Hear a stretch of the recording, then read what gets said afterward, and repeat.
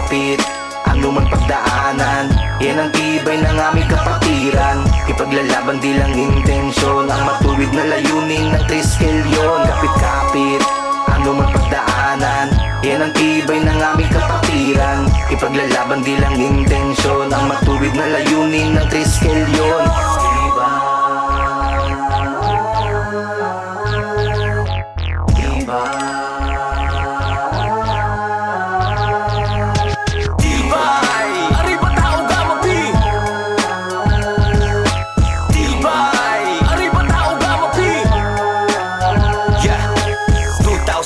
Nabuo sa lugar na kahit malayo sa Pinas ay nagpundar ng respetong inalagaan ng aming samahan. Ito ang tibay, ang ingay, lalo palakasan. Arriba Tao Gama Pi, dedikasyon para sa mga lihitimo na triskilyon na naging pundasyon dito para kilalanin. Iisa ang mitiing itaguyod ng hangarin na magtulungan bawat isa, maging sa komunidad, mabuksan ng kaisipan ng sinuman sa realidad. Di basta-basta, kaya kami nagtipon-tipon para makita ang halaga ng adikain na nilikom. Triskilyon International from Victoria, pagyayabungin mula sa bansa ng Australia.